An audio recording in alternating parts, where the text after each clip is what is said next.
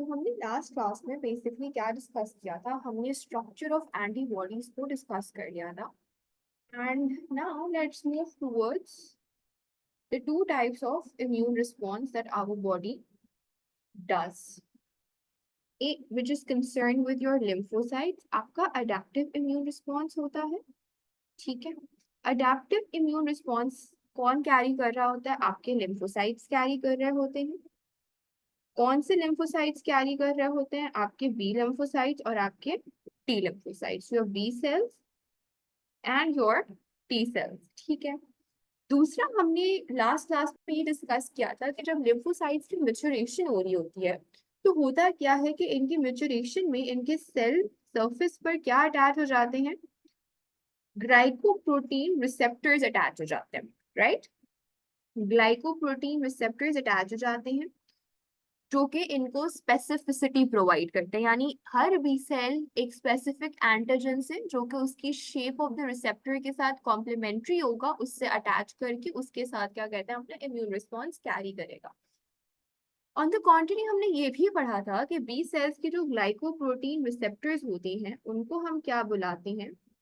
The glycoprotein receptors of B cells are termed as antibodies.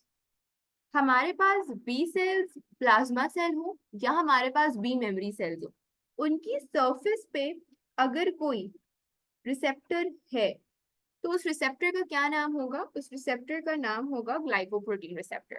However, her B cell antibody को blood में release produce नहीं कर सकता।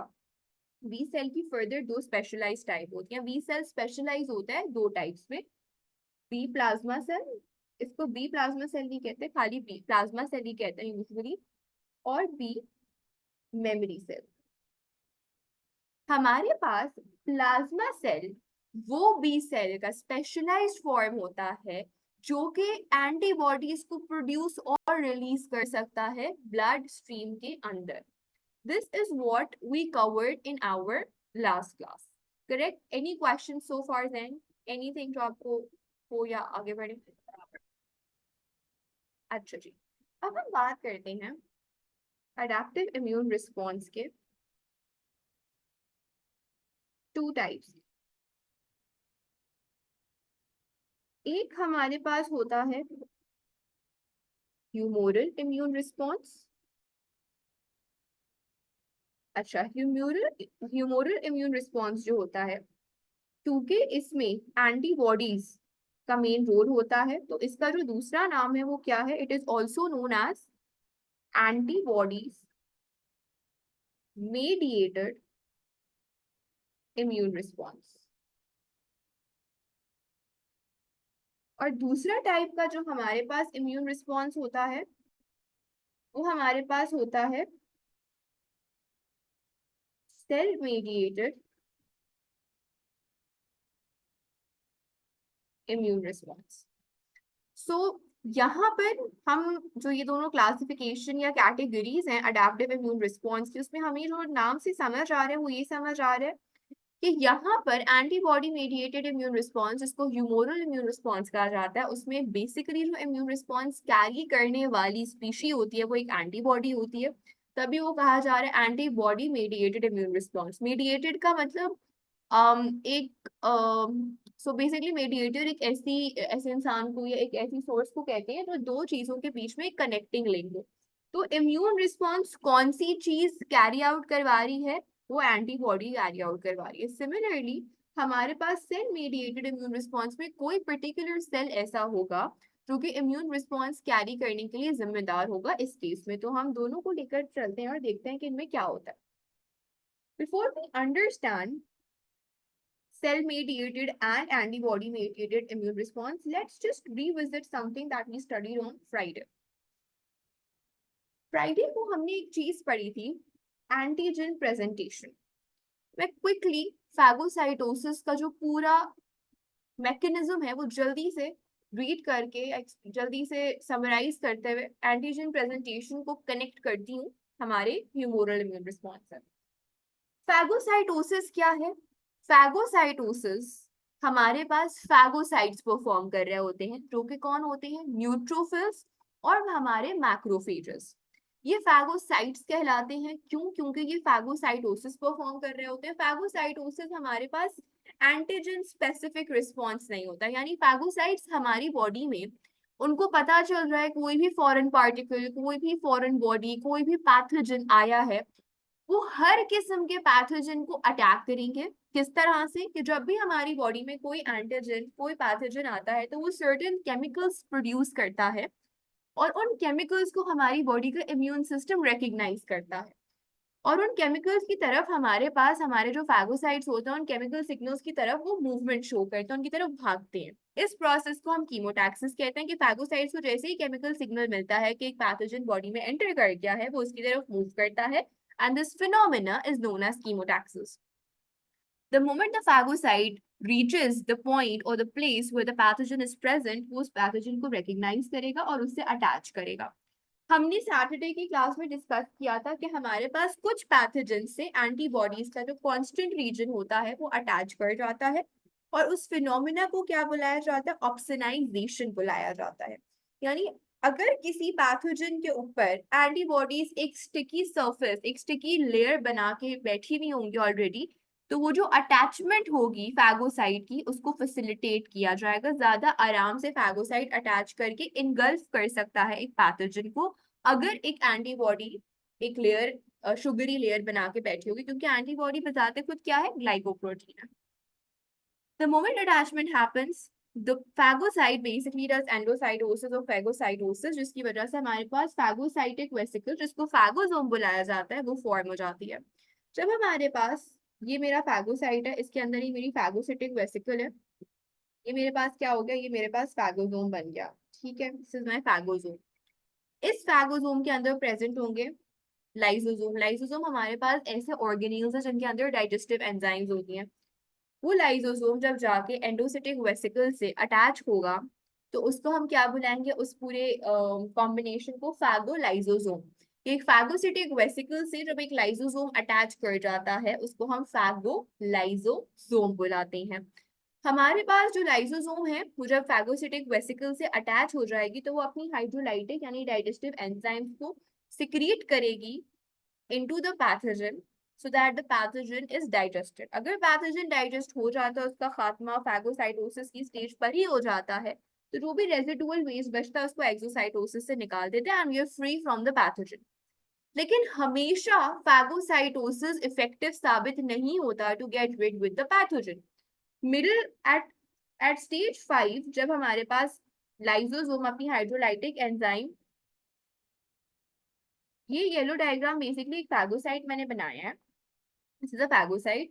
इसने क्या इंगल्फ, ये इसकी फैगोसिटिक वेसिकल है, इसके अंदर चलो इस वेसिकल के अंदर हमारे पास पैथोजन है, ठीक है, और ये एक लाइसोसोम है और ये लाइसोसोम आकर जब इससे अटैच कर जाएगी और अपनी डाइजेस्टिव एंजाइम सिक्रीट करके इस पैथोजन को डाइजेस्ट करने की कोशिश करेगी, तो इस कॉम्बिनेशन को फैगोलाइसोसोम बुलाया जाता है। जब तक लाइसोसोम अटैच नहीं हुई तब तक ये फैगोसोम है। जब लाइसोसोम आकर हमारे फैगोसिटिक वेसिकल के साथ अटैच कर जाती है तब उसको फैगोलाइसोसोम बुलाया जाता है। Does that answer your questions and? Okay.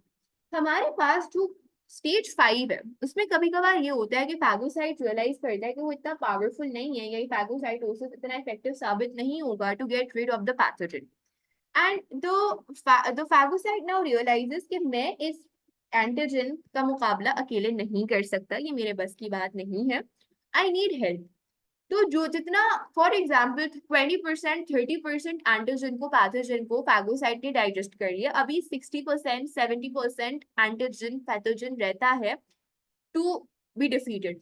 तो वो क्या करेगा? जो बचा कुछ एंटीजन है ना, उस बचे कुछ एंटीजन को वो अपनी सरफेस ऑफ द सेल पर प्रेजेंट करेगा, उसको अपनी सेल सरफेस मेम्ब्रेन से फ्यूज करके उस एंटीजन को अपनी सेल की मेम्ब्रेन पर प्रेजेंट करेगा। इस फिनोमिना को हम कहते हैं एंटीजन प्रेजेंटेशन। और एंटीजन प्रेजेंटेशन कौन कैरी आउट करता है? मैक्रोफेजेस के पास ही एबिलिटी होती है एंटीजन प्रेजेंटेशन की। और एंटीजन प्रेजेंटेशन का मतलब ये है कि जो हमारे पास लिम्फोसाइट्स हैं, अभी हमारे पास कौन सा हमने इम्यून रिस्पॉन्स पढ़ा? हमने पढ़ा इन्नेट इम्यून रिस्पॉन्स, जिसमें फैगोसाइटोसिस हो रहा होता है। जो हमारे पास फर्स्ट ऐसा रिस्पॉन्स होता है या फर्स्ट ऐसा डिफेंस मैकेनिज्म होता है जिसमें WBC इन्वॉल्व होता है। हमारे पास पहले एक्सटर्नल डिफेंस सिस्टम होते हैं जिसमें हमारे पास नेजल हेयर्स आ जाते हैं, सीलिया आ जाता है, म्यूकस आ जाता है, HCl आ जाता है, प्लेटलेट्स आ जाते हैं, स्किन बैरियर आ जाता है। तो एक्सटर्नल डिफेंस में हमें एंटीजन हमें इन्वेड ना करे उसे प्रोटेक्ट कर रहा होता है, इसमें हमारे पास WBC इन्वॉल्व नहीं होता है। सेकेंड स्टेज हमारे पास होती है इन्नेट इम्यून रिस्पॉन्स की या हमारे पास फैगोसाइटोसिस की। इसमें हमारे पास न्यूट्रोफिल्स और मैक्रोफेजेस यानी जो हमारे फैगोसाइट्स हैं वो इन्वॉल्व होते हैं। जब पैथोजन इन दोनों से हार नहीं पाता, हमारे पास हमारा इम्यून रिस्पॉन्स का एक्सटर्नल डिफेंस सिस्टम, सॉरी हमारा एक्सटर्नल डिफेंस सिस्टम और इंटरनल डिफेंस सिस्टम हमारे पास बेसिकली फैगोसाइट्स और लिम्फोसाइट्स बना रहे होते हैं। तो हमारे पास जब एक्सटर्नल डिफेंस और हमारे पास इन्नेट इम्यून रिस्पॉन्स एक पैथोजन को सक्सेसफुली डिफीट नहीं कर पाता, देन हमारे पास अडेप्टिव इम्यून रिस्पॉन्स की जरूरत पड़ती है। हमारे पास जो इन्नेट इम्यून रिस्पॉन्स के सेल्स हैं यानी जो फैगोसाइट्स है, they have to signal this adaptive immune response to please step in. अब वो इन्नेट इम्यून रिस्पॉन्स के जो सेल्स हैं यानी जो हमारे फैगोसाइट्स है वो कैसे बताएं अडेप्टिव इम्यून रिस्पॉन्स वालों को या हमारे लिम्फोसाइट्स को that we need your help. वो ये ऐसे बताते हैं कि जो उनका एंटीजन अभी रहता है खत्म होना, उस एंटीजन को वो अपनी सेल की सरफेस पर डिस्प्ले कर देते हैं, उसको प्रेजेंट कर देते हैं, which is basically a call of help कि हमारी मदद को आओ। तो एंटीजन प्रेजेंटेशन और जो सेल जिनके ऊपर एंटीजन इस तरह से प्रेजेंट किया जाता है उनको हम क्या बुलाते हैं, एंटीजन प्रेजेंटिंग सेल्स। यहां से सारी कहानी कनेक्ट करती है हमें किससे, हमारे अडेप्टिव इम्यून रिस्पॉन्स से। Hazra and Jain, are you guys clear on this और do you want me to repeat anything? अब हमारे पास फैगोसाइट है जो कि क्या कर रहा है, एंटीजन प्रेजेंटेशन कर रहा है। मैं एक एंटीजन प्रेजेंटिंग सेल बनाती हूँ। ये एक एंटीजन प्रेजेंटिंग सेल है, इसका मैंने आधा स्ट्रक्चर बनाया हुआ है। ये इसके क्या कहते हैं, ये यहाँ पर एंटीजन को इस तरह से प्रेजेंट कर रहा है। इसने एंटीजन स्पाइक्स की तरह पे अपनी सेल की सरफेस पर प्रेजेंट कर दिया। हमने लास्ट क्लास में पढ़ा था कि जो हमारे पास मिच्योर टी लिम्फोसाइट्स होती हैं और जो मिच्योर बी लिम्फोसाइट्स होती हैं उनकी पास स्पेसिफिक ग्लाइकोप्रोटीन रिसेप्टर्स होती हैं और उनके रिसेप्टर्स जिस एंटीजन के साथ कॉम्प्लीमेंट्री होते हैं खाली वो उसी एंटीजन से जाकर अटैच करके अपना एक्शन परफॉर्म करता है। हमारे पास ये एंटीजन प्रेजेंटिंग सेल कॉल कर रहा है हेल्प के लिए हमारे इन्नेट इम्यून रिस्पॉन्स को। कॉल फॉर हेल्प है, राइट? अब हम लेट्स लिस्ट डाउन कि हमारे पास सिस्टम में कौन से लिम्फोसाइट्स प्रेजेंट है। We have B lymphocytes,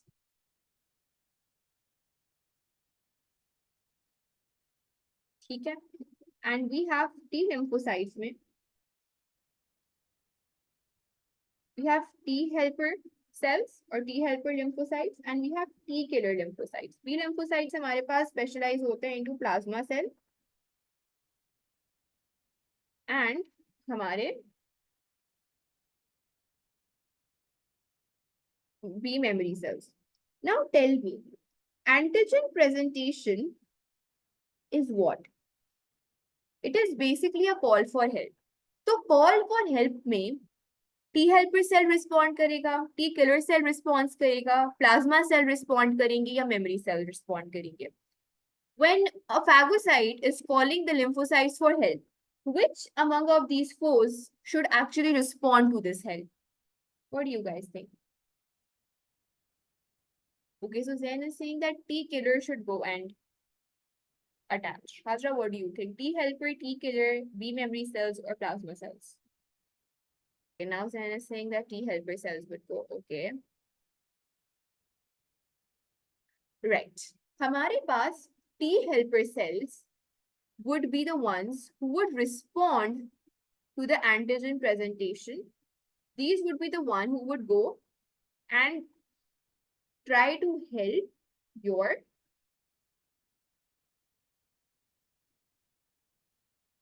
antigen presenting cell. अच्छा, हमारे पास ये मेरा एंटीजन की शेप है। इस एंटीजन की शेप से जो कॉम्प्लीमेंट्री टी हेल्पर सेल होगा ना, वो ही आकर अटैच कर सकेगा। ठीक है। So we have to our immune system at the adaptive immune response level, at the lymphocytes level, it becomes specific. Our external defense system is not specific in nature. Nasal hair में कोई specificity नहीं होगी, skin का जो protection है उसमें कोई specificity नहीं है, हमारा mucus, hydrochloric acid, हमारे platelets, इन सब की जो protection है against any foreign particle, any foreign body, वो non specific in nature है। ठीक है। हमारे जो फैगोसाइट्स की प्रोटेक्शन है that is non specific in nature, लेकिन at the level of lymphocytes, at the level of the adaptive immune response, our immune system और our defence system, it becomes specific. तो हमारे पास जो कॉम्प्लीमेंट्री टी लिम्फोसाइट्स हैं, T helper lymphocytes हैं, वो जाके एंटीजन प्रेजेंटिंग सेल के साथ क्या करेंगे, अटैच करेंगे। अच्छा, हमारे पास जैसे ही ये अटैचमेंट हो जाएगी टी हेल्पर सेल्स के साथ, तो हमारे पास ये जो हमारे पास सेलेक्टेड सेल्स हैं, जो हमारे पास कॉम्प्लीमेंट्री टी हेल्पर सेल्स हैं, ये रैपिडली इनका माइटोसिस होगा और हमारे पास ऐसे आइडेंटिकल, जी जी बिल्कुल, उसी एंटीजन से बॉन्ड करेंगे। एंटीजन प्रेजेंटिंग सेल ने कॉल फॉर हेल्प कर दी, ठीक है, उसने कॉल फॉर हेल्प की। हमारे पास फॉर एग्जांपल एक हॉस्पिटल की इमरजेंसी है, उसमें पेशेंट, आप जब भी कोई इमरजेंसी केस होता है आप उसको सीधा इमरजेंसी में लेके जाते हो, राइट। इमरजेंसी में कोई आपका स्पेशलिस्ट, कोई कंसल्टेंट नहीं बैठा हुआ होता है, इमरजेंसी में आप जाते हो हॉस्पिटल की, और जो भी वहां पर अवेलेबल स्टाफ होता है वो अटेंड करता है। जब वो अवेलेबल स्टाफ अटेंड करता है उसको, वो फिर रियलाइज करता है कि यार ये अच्छा, ये इस स्पेशलिस्ट का केस है, फॉर एग्जाम्पल न्यूरोसर्जन का केस है, किसी पेडियाट्रिशियन का केस है, किसी नेफ्रोलॉजिस्ट का केस है, और फिर जिसका वो स्पेसिफिक केस होता है उसके पास रेफर कर देता है। तो हॉस्पिटल का जो इमरजेंसी वाला पार्ट है वो आपका फैगोसाइट्स है, वो हर किस्म के फॉरेन बॉडी को जाकर अटैक करेंगे, हर किस्म की फॉरेन बॉडी को एड्रेस करेंगे। ठीक है। जब हमारे पास वो रियलाइज करेंगे कि हम खाली इस पेशेंट को ट्रीट नहीं कर सकते, हमें एक स्पेशलिस्ट चाहिए, तो वो क्या करेंगे, वो कॉल फॉर हेल्प करेंगे, और जो भी स्पेसिफिक अगर कहते हैं डिपार्टमेंट का डॉक्टर चाहिए होगा, वही डॉक्टर आकर फिर अटेंड करेगा। तो हमारे पास इस एंटीजन के लिए जो स्पेसिफिक टी हेल्पर सेल है, वो आकर इस एंटीजन प्रेजेंटिंग सेल के एंटीजन से आकर बाइंड करेगा, और फिर हमारे पास रैपिडली वो वाले जो टी हेल्पर सेल्स हैं वो डिवाइड करेंगे, सॉरी माइटोसिस के थ्रू डिवाइड करेंगे, हमें वो बहुत सारे नंबर्स हैं वो प्रोड्यूस हो जाएंगे। तो अब होगा क्या, some of these T cells, half of them, they would become T memory cells. T helper memory cells बन जाएंगे ये। These would become T helper memory cells के आइंदा अगर ये सेम एंटीजन एंटर करता है बॉडी में, तो पूरा जो डिफेंस मैकेनिज्म है, पूरा जो हमारे पास क्या कहते हैं फैगोसाइटिक रिस्पॉन्स हुआ, फिर ये पूरा सारा हुआ, इस सब से गुजरना ही ना पड़े, डायरेक्ट वो देखे कि अच्छा ये एंटीजन आ गया, उसे जाके बाइंड करे और अपना इम्यून रिस्पॉन्स कैरी करे। What is your question? After binding memory cells produce, yes, हमारे पास बाइंडिंग होगी, हमारे पास जो ये बाइंडिंग हुई है, इस बाइंडिंग से क्या होगा, हमारे पास बेसिकली जो हमारे पास specific T helper cells bind हुए हैं वो रैपिडली बहुत सारे डिवाइड करेंगे, उनमें से जो कुछ हैं वो टी हेल्पर मेमोरी सेल्स बन जाएंगे, ताकि एक इम्यूनोलॉजिकल मेमोरी डेवलप हो जाए। वही एंटीजन अगर कभी बाद में अटैक करे हमारे बॉडी को, तो ये टी हेल्पर मेमोरी सेल्स फौरन से जाकर उसको आइडेंटिफाई करके उससे उससे लड़ सके। Some of them would produce cytokines. Now what is cytokines? जैसे हमारे पास एक पैथोजन एंटर होता है और वो आकर कोई केमिकल सिग्नल प्रोड्यूस करता है जिसकी वजह से फैगोसाइट्स इसकी तरफ कीमोटैक्सिस करते हैं, उसी तरह से टी हेल्पर सेल्स क्या करते हैं, टी हेल्पर सेल्स साइटोकाइंस को प्रोड्यूस करते हैं। ये साइटोकाइन एक ऑब्वियसली केमिकल है and it acts as a chemical messenger. अब ये केमिकल मैसेंजर किसको सिग्नल कर रहा है, किसको एक्टिवेट कर रहा है, किसको मैसेज दे रहा है, ये केमिकल मैसेंजर है आपके बी सेल्स का। और बी सेल्स भी वो बी सेल्स, हमारे पास बी सेल्स होते हैं ना, बी सेल्स की सरफेस पे क्या है, ग्लाइकोप्रोटीन रिसेप्टर है, this is a B cell. B cell की ग्लाइकोप्रोटीन रिसेप्टर को क्या बुलाते हैं, एंटीबॉडी बुलाते हैं, करेक्ट। हमारे पास जो ये टी हेल्पर सेल्स हैं, जो कि आधे हेल्पर मेमोरी सेल्स बन गए, आधे क्या कर रहे हैं, केमिकल मैसेंजर बना रहे हैं, साइटोकाइंस। ये साइटोकाइंस जाकर एक्टिवेट कर रहे हैं। साइटोकाइंस बेसिकली हमारे पास टी हेल्पर सेल है ना, टी हेल्पर सेल ने हेल्प करनी है। अब वो किस तरह से हेल्प कर रहा है? वो इस तरह से हेल्प कर रहा है कि वो साइटोकाइंस प्रोड्यूस कर रहा है। साइटोकाइंस एक केमिकल मैसेंजर है बी सेल्स के लिए। बी सेल्स जो कॉम्प्लीमेंट्री बी सेल्स है, जिस तरह टी हेल्पर सेल जो कि कॉम्प्लीमेंट्री था इस एंटीजन के लिए, उसी तरह से एक बी सेल होगा जिसके पास एक कॉम्प्लीमेंट्री एंटीबॉडी होगी फॉर दिस एंटीजन, राइट। तो साइटोकाइंस प्रोड्यूस करने का टी हेल्पर सेल का मकसद ये है कि वो B cells which have an antibody similar to the one which can bind with the antigen, वो बी सेल्स तक मैसेज पहुंच जाए कि तुम्हारे टाइप का एंटीजन बॉडी में आ गया है, you have to reach to this cell. तो साइटोकाइंस बेसिकली केमिकल मैसेंजर होते हैं टू एक्टिवेट और टू स्टिम्युलेट बी सेल्स। ठीक है जैन? अच्छा, ओके। हमारे पास जब मैंने कहा था कि ह्यूमोरल इम्यून रिस्पॉन्स जो है, तो कौन सा इम्यून रिस्पॉन्स है? उसका एक और नाम क्या है? Antibody mediated immune response, correct. इसमें हमें एंटीबॉडीज की जरूरत पड़ेगी। Is that correct Jain? Right. Antibody हमारे पास कौन से सेल्स के पास होती है? टी सेल्स के पास होती है कि बी सेल्स के पास होती है? ओके, एंटीबॉडीज हमारे बी सेल्स के पास होती है। याद नहीं है, कोई बात नहीं, इसको याद करने का एक बहुत आसान तरीका मैं बता देती हूँ। एंटीबॉडी की अगर शॉर्ट फॉर्म लिखनी हो तो ए बी लिखोगे, राइट। एंटी से ए, बॉडी से B. Is that correct? Give me a heads up. Right. इसको ऐसे याद कर लो, ए बी बी, ये ऐसे याद कर लो। एंटीबॉडी में बी आता है तो बी सेल्स की सरफेस पे एंटीबॉडीज है। ठीक है, अब याद रहेगा।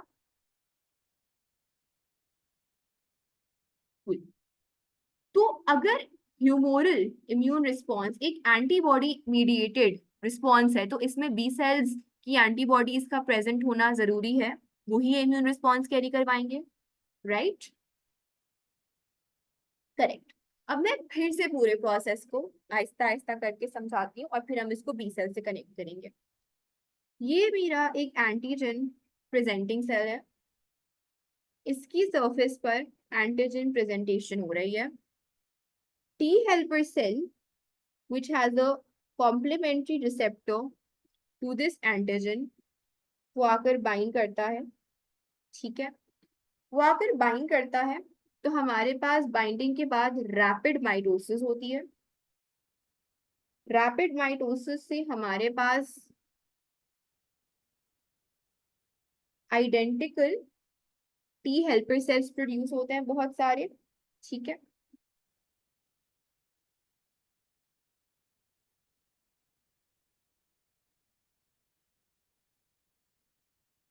Identical T helper cells produce हुए।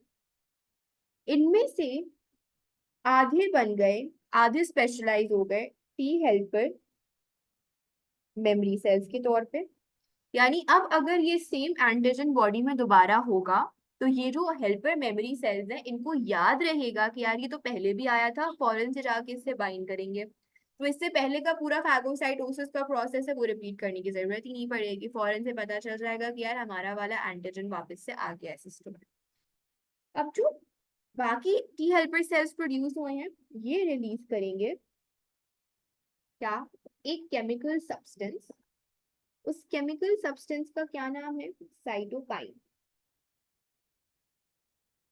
प्लूरल, बहुत सारे साइटोकाइंस रिलीज करेंगे। ठीक है, cytokines are what? They are chemical messengers. हमें एंटीबॉडी चाहिए, एंटीबॉडी ही खत्म कर सकती है इस एंटीजन को, करेक्ट। एंटीबॉडी मुझे कहाँ से मिलेगी Jain? Which cell has antibodies? B cells. मेरे बी सेल को कैसे पता चलेगा कि उसकी जरूरत है या उसको कोई काम करना है? इस केमिकल मैसेंजर के through. T helper sales help करते हैं। हेल्प किस तरह से करती हैं? कि वो एंटीजन प्रेजेंटिंग सेल के पास जाते हैं, उससे पूछते हैं कि तुम्हें क्या हेल्प चाहिए। ठीक है, उससे पूछते हैं अच्छा तुम्हें हेल्प चाहिए, रुको मैं किसी बंदे को जानता हूँ, वो तुम्हारा ये काम कर देगा। वो बंदा कौन है? वो बी सेल है। इस टी हेल्पर सेल को बी सेल को जाकर बताना है कि यार एक एंटीजन प्रेजेंटिंग सेल पे एंटीजन्स लगे हुए हैं, वो तुम्हारे अलावा उस किसी और के पास वो एंटीबॉडीज नहीं है जिन एंटीबॉडी से ये एंटीजन उसका खत्म हो सके। तो ये टी हेल्पर सेल को मैसेज पहुंचाना है बी सेल को। उसके लिए ये साइटोकाइंस रिलीज करेगा। These cytokines will stimulate the B cells which have a similar antibody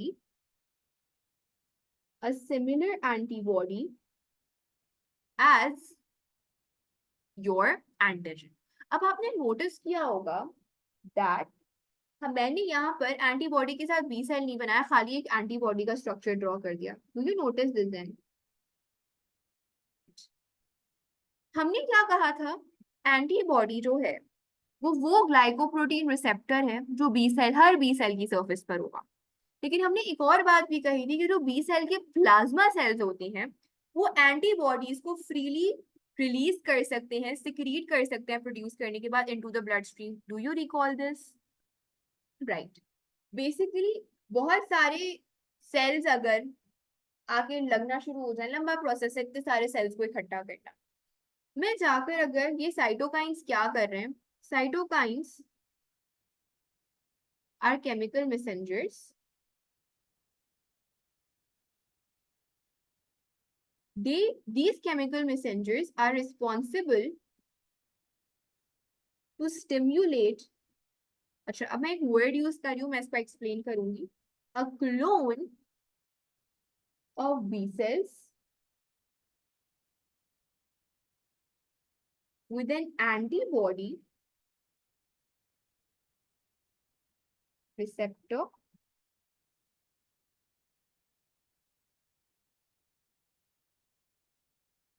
complementary to the antigen। यहाँ पर एक वर्ड है clone. Do you know the meaning of the word clones and any recollection, कोई idea, कोई guess के clone क्या होता है? Close to that, not copy, identical cells. जैसे आइडेंटिकल ट्विन्स होते हैं ना, वो सेल्स जो आइडेंटिकल है। फॉर एग्जाम्पल मुझे हर वो मैं उस बी सेल को स्टिमुलेट कर दूंगी जिसके पास ये वाला इस शेप का एंटीबॉडी रिसेप्टर हो। Not variant, you can say clone is a group of identical sales. मुझे आइडेंटिकल सेल्स को क्यों स्टिमुलेट करना है? क्योंकि मुझे यही वाले एंटीबॉडी रिसेप्टर्स चाहिए, क्योंकि यही एंटीबॉडी रिसेप्टर मेरे एंटीजन से जाकर बाइंड कर सकते हैं। Now do you understand what a clone is? एक जैसे सेल्स। ठीक है, आगे बढ़ू। उसी के क्लोन नहीं बनेंगे, उसी के क्लोन को जाकर मैं स्टिमुलेट कर दूंगी कि यार तुम सब एक जैसे हो, तुम्हारे रिसेप्टर की जरूरत है, प्लीज आकर मदद करो। तो मेरी जो साइटोकाइंस है ना, वो एक जैसे जितने भी बी सेल्स हैं जिनके पास ये वाला एंटीबॉडी रिसेप्टर है, वो उन सबको ट्रिगर कर देंगे, पूरे क्लोन को ट्रिगर कर देंगे, पूरे ग्रुप को काम पे लगा देंगे। ठीक है, फिर उस क्लोन की कॉपीज बनेंगी, लेकिन पहले क्लोन को ट्रिगर करेंगे कि तुम्हारे लिए तुम्हारे काम की जरूरत है, उनको काम पे लगा के फिर उन्हीं के जैसों की बहुत सारी कॉपी बनाएंगे। Right? Are you with me till here? अभी तक कोई क्वेरी तो नहीं है? सारी क्वेरीज एक एक करके आंसर हो रही है? अच्छा जी, तो अभी तक क्या हुआ? स्टिम्युलेट किया हमने किसको? उन बी सेल्स के क्लोन को जिनके पास आइडेंटिकल रिसेप्टर्स हैं। तो मेरे पास क्या था? मेरे पास मेरे ये एंटीजन प्रेजेंटिंग सेल है, ये उसके एंटीजन्स हैं। ठीक है, ये मेरा बी सेल है, this is my B cell जिसका क्लोन ट्रिगर हुआ है। ये जाकर सेकेंड,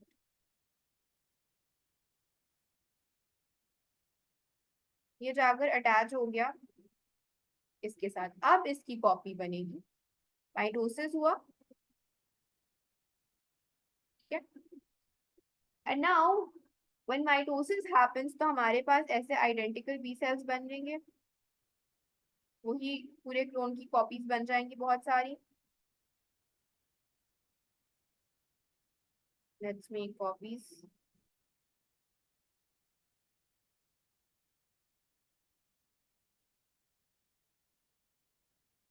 अब इनमें से जो कॉपीज बनी है उनमें से कुछ भी मेमोरी सेल्स बन जाएंगे, जो कि इम्यूनोलॉजिकल मेमोरी रिटेन कर लेंगे कि अब अगर वही एंटीजन फिर से आया तो हमने ही जाके उससे बाइंड करना है। और कुछ क्या बन जाएंगे, प्लाज्मा सेल्स।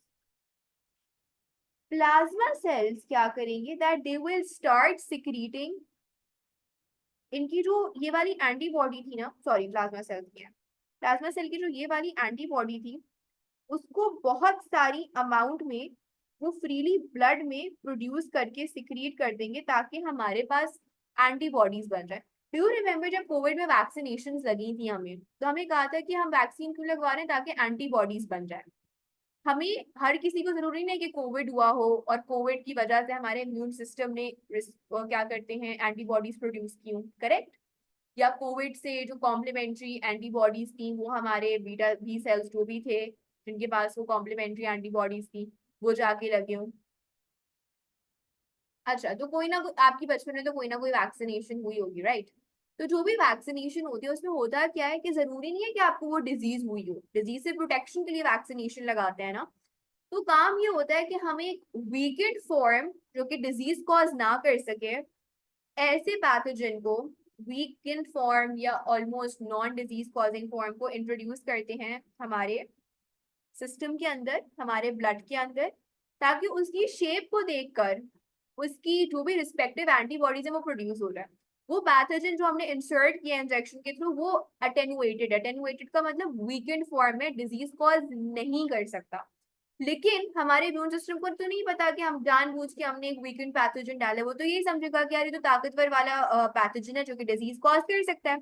तो वो उसके खिलाफ बहुत सा ये पूरा मैकेनिज्म होगा, और जो ये प्लाज्मा सेल्स होंगे ना वो एंटीबॉडीज प्रोड्यूस करके रिलीज कर देंगे ब्लड स्ट्रीम में, ताकि अगर फिर से वो पैथोजन इन्वेड करे, so we already have the antibodies made in our system. क्योंकि एंटीबॉडीज जाती हैं, बाइंड करती हैं एंटीजन से और खत्म कर देती हैं, बस काम तमाम कर देती है। तो हमारे पास प्लाज्मा सेल्स का क्या काम होता है, production of antibodies.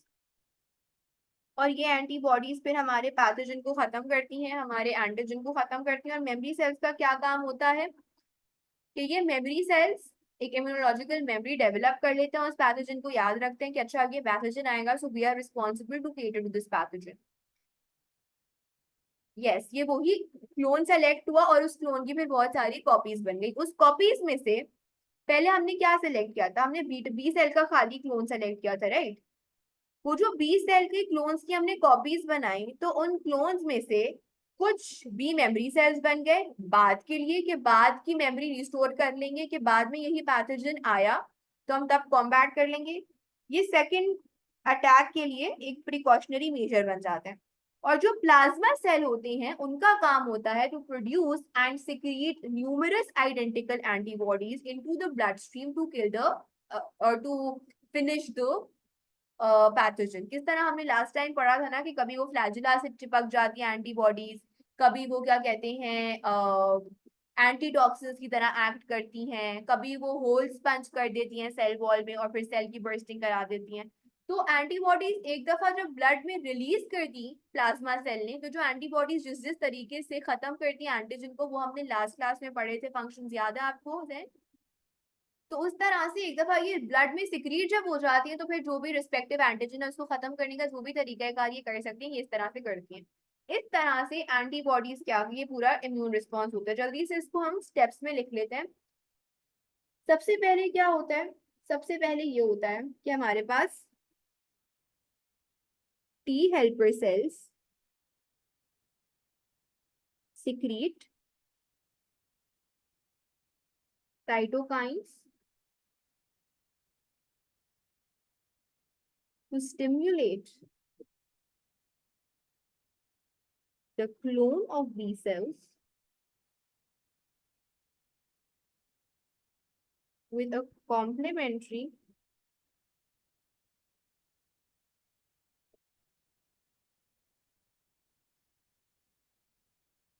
Antibody receptor. फिर हमारे पास इसको क्या कहते हैं, हमारे पास इस वाले प्रोसेस का जो नाम होता है उसको हम कहते हैं क्लोनल सिलेक्शन। कि हमारे पास जो क्लोन था उसको सेलेक्ट कर लिया गया है, उसको स्टिम्युलेट कर दिया गया है।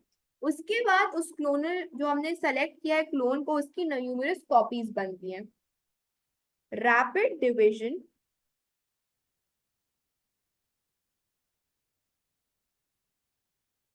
via mitosis to produce numerous identical sales. इसको हम क्या बुलाते हैं, इस फिनोमेना को या स्टेज को? Clonal expansion. हमारे पास एक ऑलरेडी एग्जिस्टिंग क्लोन की हम multiple copies, multiple identical copies बना रहे हैं, तो हम क्लोन को एक्सपैंड कर रहे हैं, ये क्लोनल एक्सपेंशन हुई। जब हमारे पास बहुत सारी कॉपीज बन गई थ्रू माइटोसिस, तो उनमें से कुछ स्पेशलाइज होकर बी मेमोरी सेल्स बन गई, कुछ स्पेशलाइज होके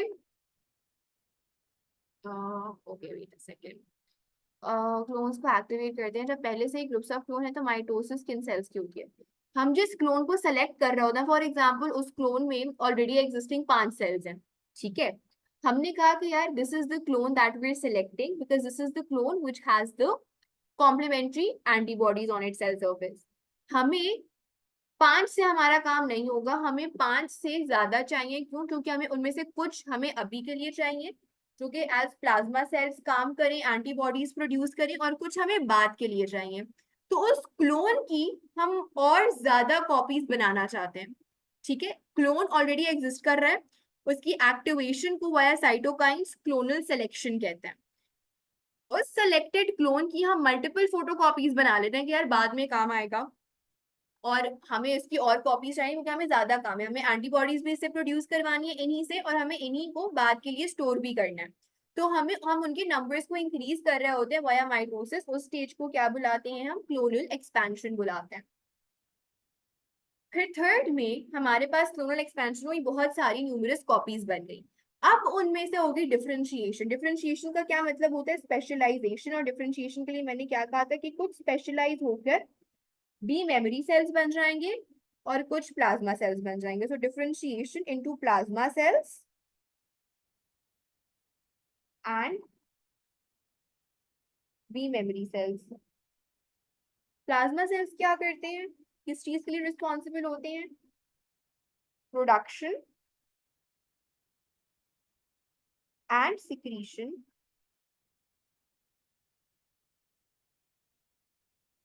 ऑफ न्यूमरस आइडेंटिकल एंटीबॉडीज। और बी मेमोरी सेल्स क्या करते हैं? They reside in the lymph nodes and retain immunological memory. Is this clear? Any questions about this?